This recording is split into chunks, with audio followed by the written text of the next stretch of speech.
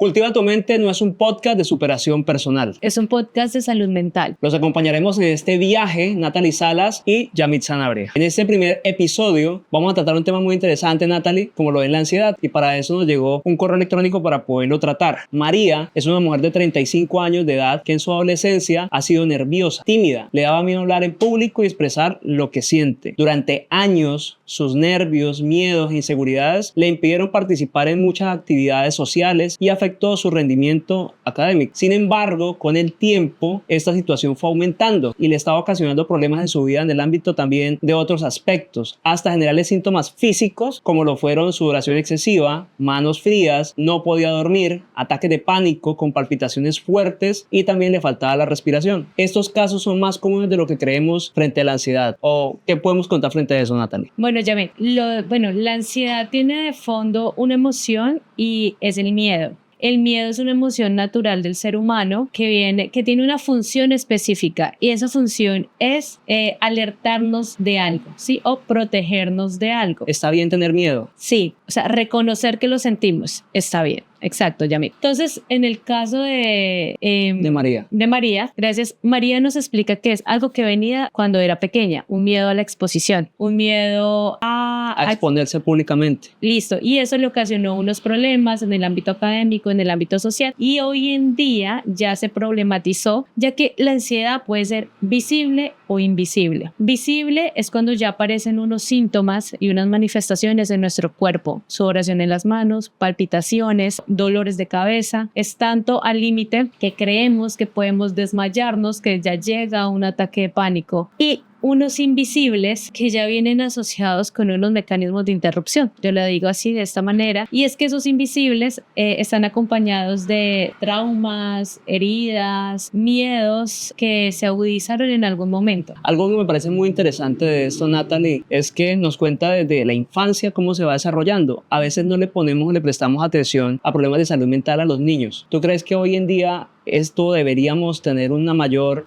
fuerza de interpretación, estar más atentos frente a esas circunstancias en los menores? Porque allí se desarrolla tal vez la mayoría de los problemas cuando ya seas adulto. Sí, o sea, yo creo que igual esto aplica para todos los grupos poblacionales, ¿no? Y en los niños es fundamental empezar como esa pedagogía acerca del reconocimiento de las emociones, del miedo, de las tristezas, de los enojos y de lo que surge a través de eso, cómo ellos dan un espacio para sentir esto y también reconocer qué es lo que sucede detrás de ese miedo. En el caso de María, voy a volver con ella y es un miedo a exponerse. Y es que el miedo a la exposición también hace parte de exponer esa vulnerabilidad. En algún momento ella, voy a hablar en estos términos. Ella iba a presentar un examen y ese temor a ser calificada, evaluada, de que le fuera mal, lo que hizo fue evitar ir a la escuela, evitar relacionarse, evitar a sus compañeros, evitar todo lo que es el plano académico por ese miedo a exponerse y a ser calificada. En palabras cortas, en algún momento lo hablamos, explicar qué es la ansiedad, a veces como ese temor a lo que pueda venir, al futuro. ¿Cómo podríamos interpretarlo para que cualquiera sepa, tengo ansiedad? Porque hay algo clave, Natalie, es el hecho de que yo tenga momentos ansiosos no significa que yo pueda tener un trastorno como tal, según lo que tengo entendido. ¿Cómo podríamos explicar cuando alguien ya sienta que realmente tiene un problema que merece ir y ser atendido por un profesional? Cuando se agudiza realmente esto es cuando ya no tengo control sobre mi cuerpo, sobre los síntomas, cuando ya esto aparece como una reacción patológica o que me problematiza en distintos escenarios laborales, en entrevistas, personales, relacionales, miedo, temor a tener una conversación incómoda con mi pareja, ya lleva a la evitación y evitarlo agudiza los síntomas. Ya el simple hecho de yo comunicar algo, ya mi cuerpo reacciona solito, como empiezo a sudar, empiezo a generar o llanto, mal llamados, digo yo, de las mamás, nervios. Empiezo a experimentar una serie de nervios. Sí, siente que tiene nervios totalmente. Entonces es cuando realmente yo digo, ya no tengo control sobre esto y hay muchos detonantes que impiden que yo me desempeñe de manera adecuada o con mis proyectos o propósitos, sino que me dejo ganar o invadir por los miedos. Yo creo que algo clave acá es el temor que sienten muchas personas a tomar un medicamento, porque sienten que tomar un medicamento les puede generar dependencia y esa dependencia les puede producir tal vez perder ese autocontrol de sí mismo. Cuando se llega a este paso que debe pasar por todo un proceso, por supuesto atendido y guiado por un profesional en estos campos de la psiquiatría, la psicología clínica y demás, podemos decirle a la gente que es simplemente parte de este proceso y quitarnos ese mito, ese tabú de que si tomo un medicamento entonces voy a estar tomando toda la vida del mismo o dependiendo de él. Ese es uno de los grandes mitos y la respuesta pues es no hay una dependencia. Lo que sucede es que con la psicofarmacología hay muchas creencias realmente que hay alrededor de ellas. Ellos tienen un efecto de mayor data, no es que funciona como un acetaminofén que yo me lo tomo y a las 8 horas ya se me quita el dolor. No, en este caso con los psicofármacos de 15 días a un mes empiezo a ver los efectos que realmente tienen ahí, donde cuando yo acudo realmente con el psiquiatra y trabajo de la mano con ellos y es cuando los síntomas, vuelvo y digo, ya se vuelven de una manera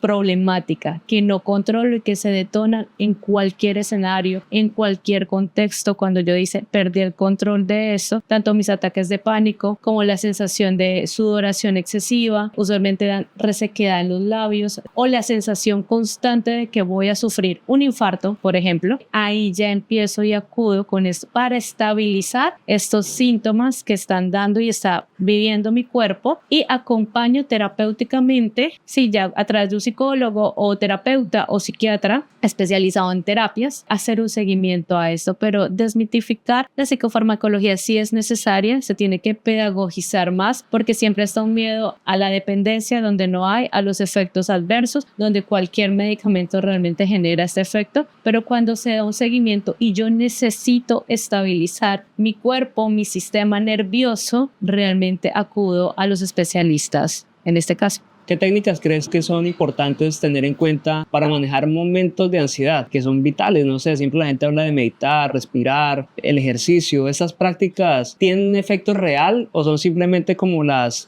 formas de intentar evadir un problema? Yo creo que todo funciona, ¿no? Igual, cada ser humano tiene una posibilidad de abanicos de lo que me funciona y no. Para mí, primero, una técnica es el reconocimiento de una sabiduría organísmica y es saber cómo me está hablando mi cuerpo, reconocer realmente dónde me da, qué me da, reconocer cómo está funcionando fisiológicamente el miedo dentro de mí. Es como hablemoslo más en términos cotidianos para no voy a ir a la técnica de sensibilización, no. Entonces, primero es cómo yo realmente me relaciono con mi cuerpo y reconozco cómo funciona el miedo en mi organismo. 2, está una exposición gradual al miedo. ¿Por qué? Porque resulta que la evitación hace que yo refuerce más ese miedo. Vuelvo con María. María ha evitado escenarios académicos, ha evitado relacionarse, evito. Corto, y eso lo que ha hecho es agudizarlo. ¿Cuál es la polaridad de esa habitación? Entonces es una exposición poco a poco gradual a escenarios donde hay público. Bueno, sí, está bien. ¿Qué está pasando? Ya he hecho un reconocimiento de mi cuerpo. ¿Qué está pasando en mi cuerpo? Entonces el primero es el cuerpo, cómo reconozco el miedo en mi cuerpo. El 2 está relacionado con esa exposición gradual que voy haciendo a distintos escenarios. 3 está relacionado con la regulación emocional. Ahí viene lo que tú dices, las técnicas de meditación, respiración.